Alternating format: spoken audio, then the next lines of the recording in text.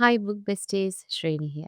I really apologize for being MIA these past few months.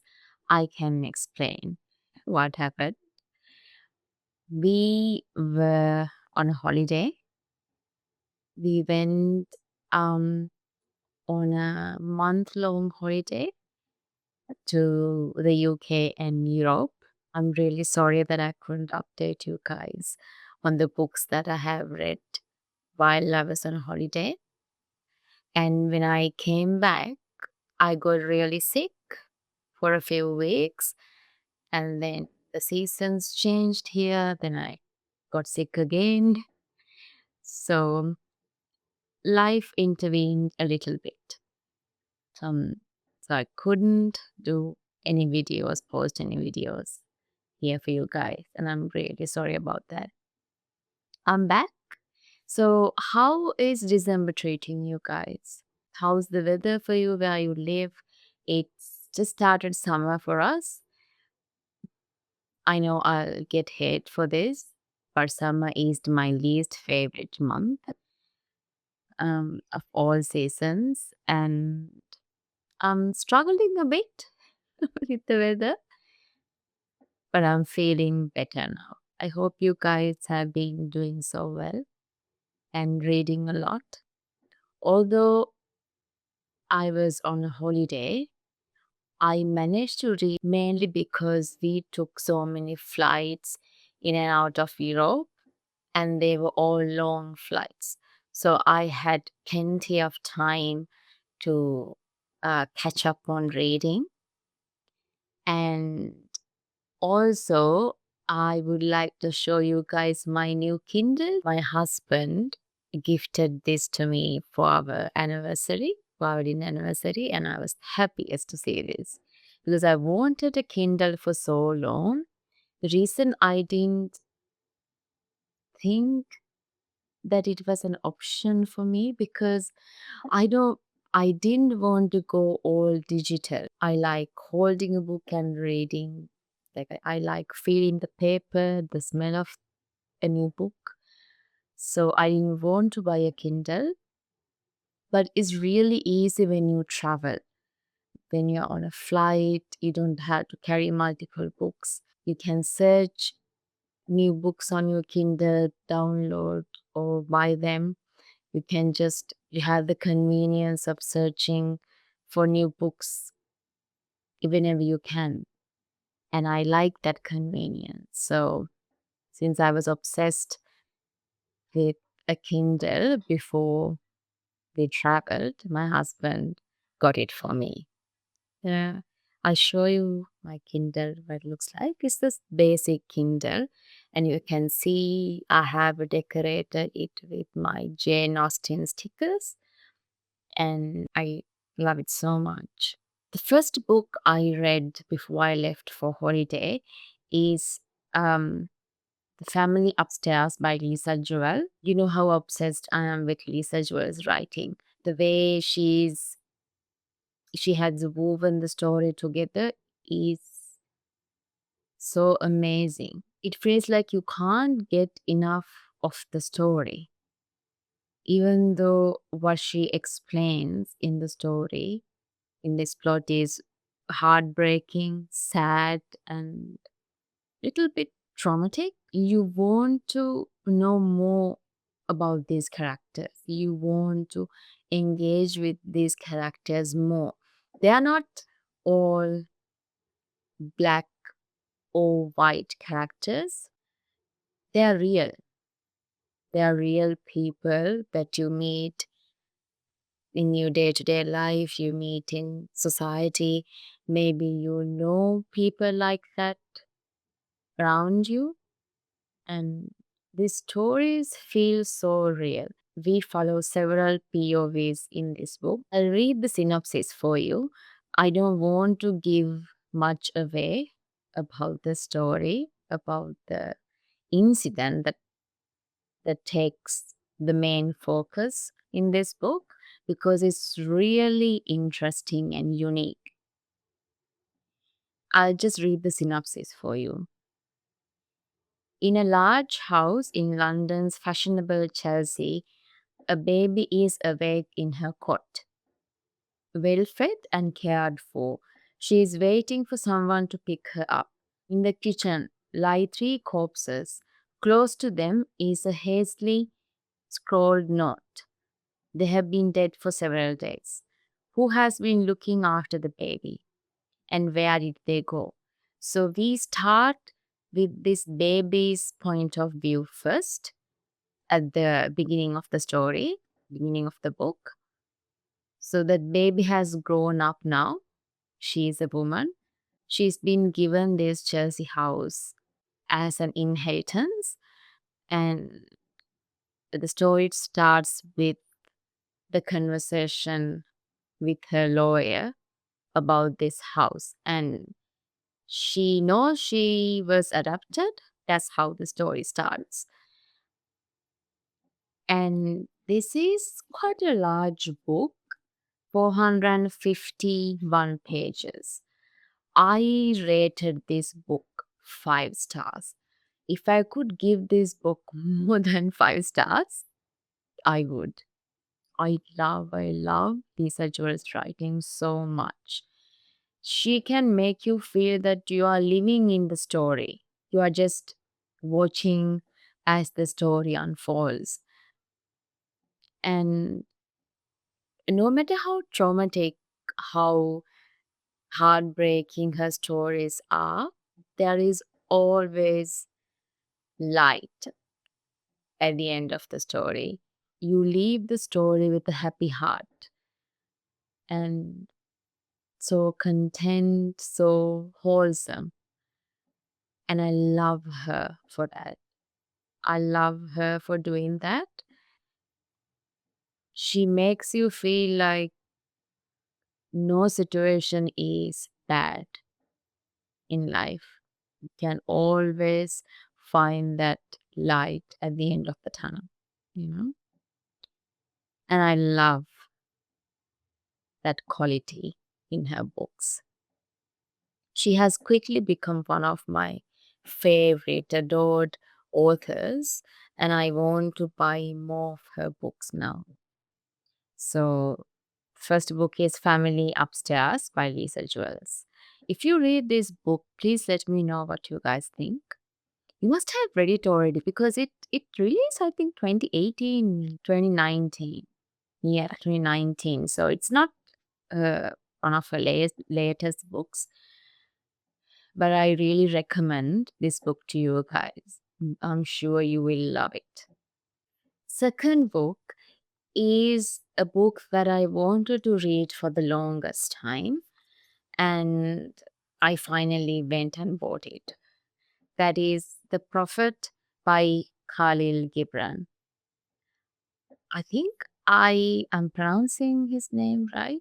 If I have butchered it, don't come for me. Quite a religious book, I would say. If you are of Christian faith, you might find this book really useful and interesting. Even though I'm not of that faith, I'm Buddhist. Um, all religious points aside, you can take a lot from this book. It's an amazing book. It's only until 100, I think. It's 107 pages. It's a tiny book. You can read this in one sitting, in one day. And I absolutely loved this book. I loved Khalil Gibran's writing. I want to buy his other books as well now because all of his books are tiny, small books that you can read in one sitting, which is really good. And his words are out of this world. He somehow makes you feel connected to the story, even though you are from a different faith. It doesn't matter what you believe in, like religious wise. It's so inspirational. I'll read one of my favorite quotes from the book. So, this book is based on a person he calls himself Prophet. He's like this wise old man in the village.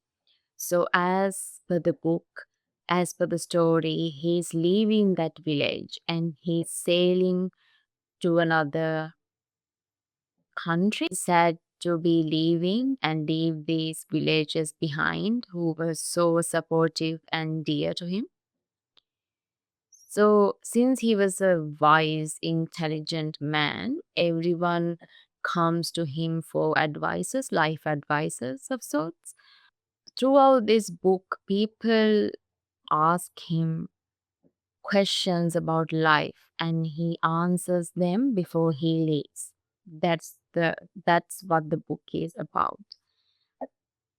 And it's a bit philosophical and with touch of religion in the book.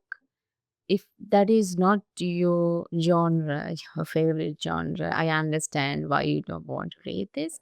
But I highly recommend that you give this a go because the philosophical part of it is really good.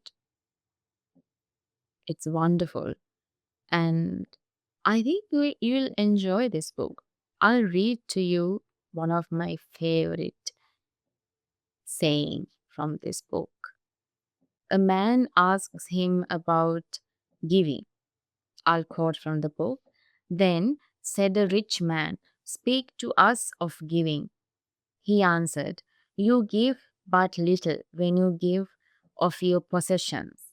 It is when you give of yourself that you truly give.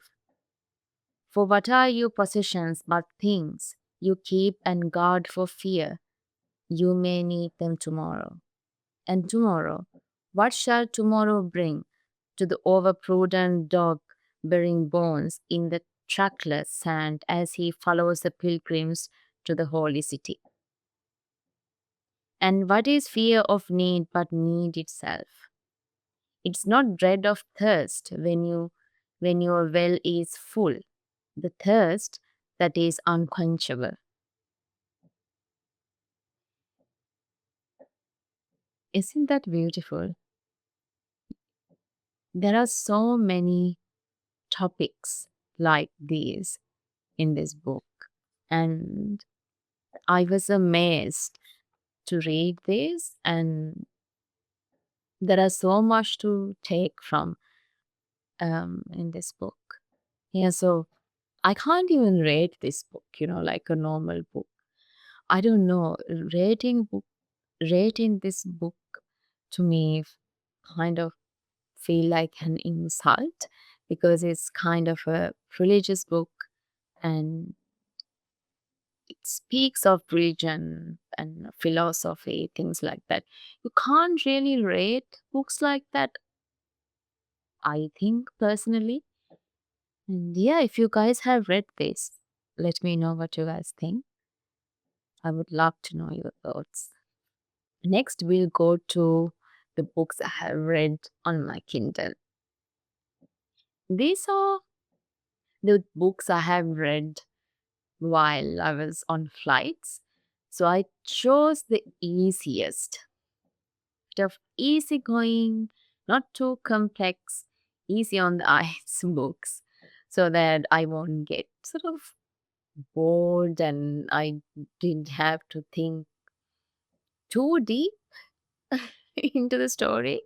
Yeah, so the first book I read, Death at the Morning House by Maureen Johnson.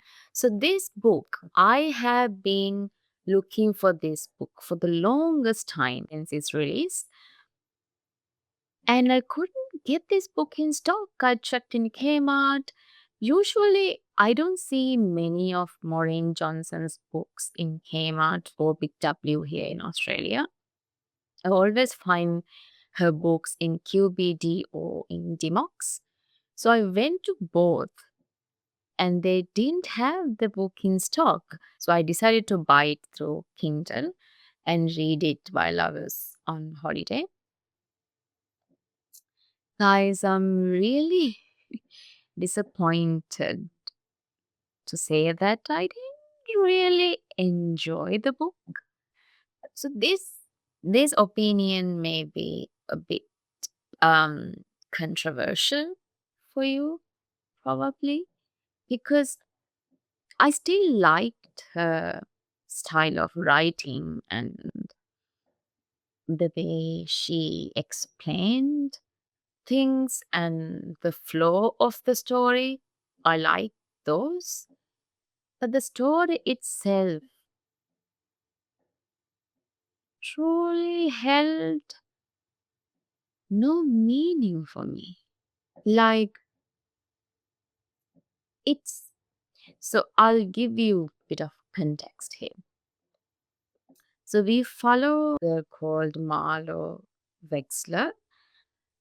She had recently had a falling out with her girlfriend, and she's going on a summer job to this island, and as a as sort of a tour guide of this historical house, there were few unfortunate deaths had taken place in this house in late 1930s. House is famous among people because of the history of the house. So people, and it's a beautiful historical house.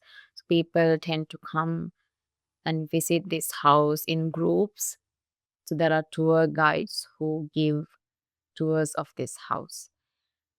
So Marlowe has gone as a tour guide as her summer job. There is a mystery element involved in this story. Not all the cases connected to these deaths have been resolved by the police. Issue I had with this book didn't feel natural to me. It feels like Maureen Johnson has tried too hard to be relevant.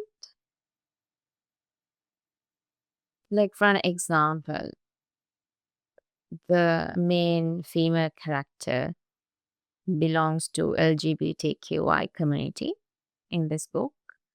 So are the whole other characters as well. So I couldn't find any straight person in this book.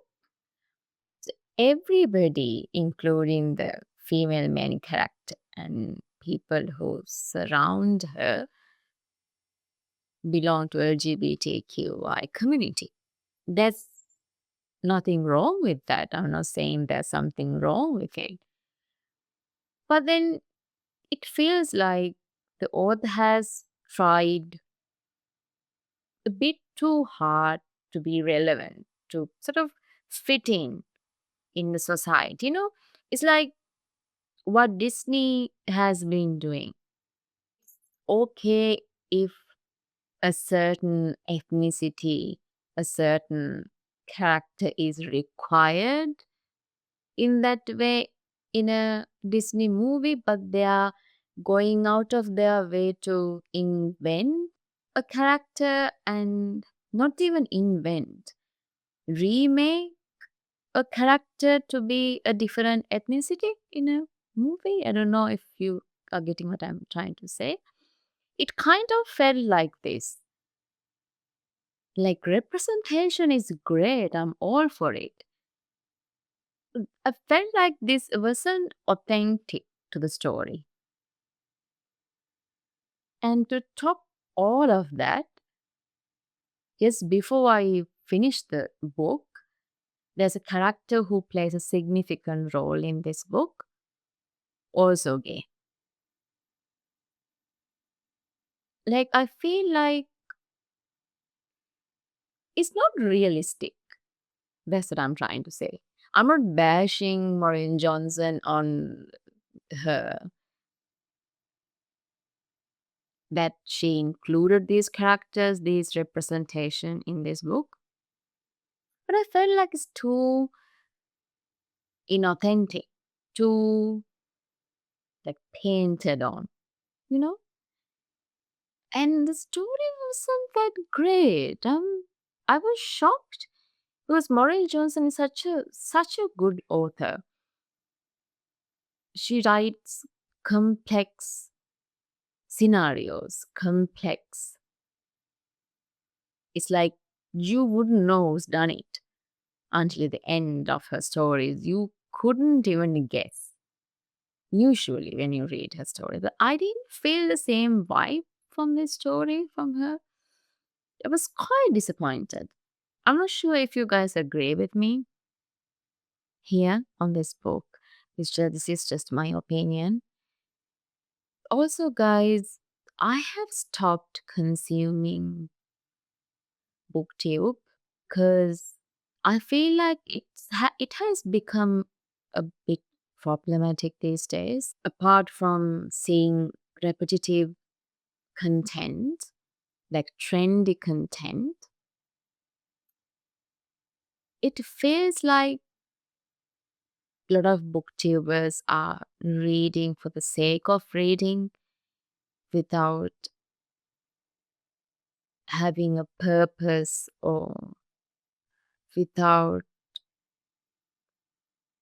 like, the main purpose isn't to discuss and enjoy the content of the books, just the quantity of the books that they read. So I have refrained from consuming any booktube content for this reason, so I wouldn't know what other people are saying about this book. And it's sort of, this is just my opinion. I know a lot of people wouldn't agree with me here. That's okay. We can disagree on things. It's just this my opinion. I rated this book 3 stars. That is the lowest I have given to any Maureen Johnson books, and it's really, really sad. So I have read 3 more books on my Kindle. I think I'll put all these 3 books into one category. The books that I was not happy with. Uh, at one point, I thought to myself, what am I doing? Why am I reading these type of romance books? It was just brain numbing content. And I'm really sorry to say that to these authors, but I think I need to make better choices. There are rom-coms that make you think, like Emily Henry's books. Those books make you think. Ali Hazelwood's, even though I don't enjoy her recent few books, didn't enjoy them at all, DNF'd a few. But her books used to make me think about important things in life. And I want to read more classics next year and more books that it's just, I got this feeling after reading The Prophet, to be honest. After finishing all these brain numbing books while I was on holiday, when I came back home, I read The Prophet.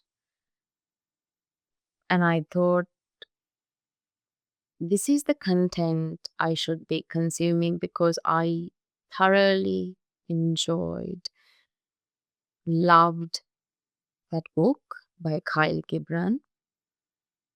And not to say I don't enjoy rom-coms and easy stories, but all the stories start to sound alike. Like similar plot, similar tension, similar spicy scenes. Oh, the spicy scenes. I I feel like authors write spicy scene just for the sake of it because it's a crowd pleaser and people nowadays gravitate more towards the books that are filled with spicy scenes. I think that is why Ali Hazelwood also went in that way, in that direction. And it's quite sad to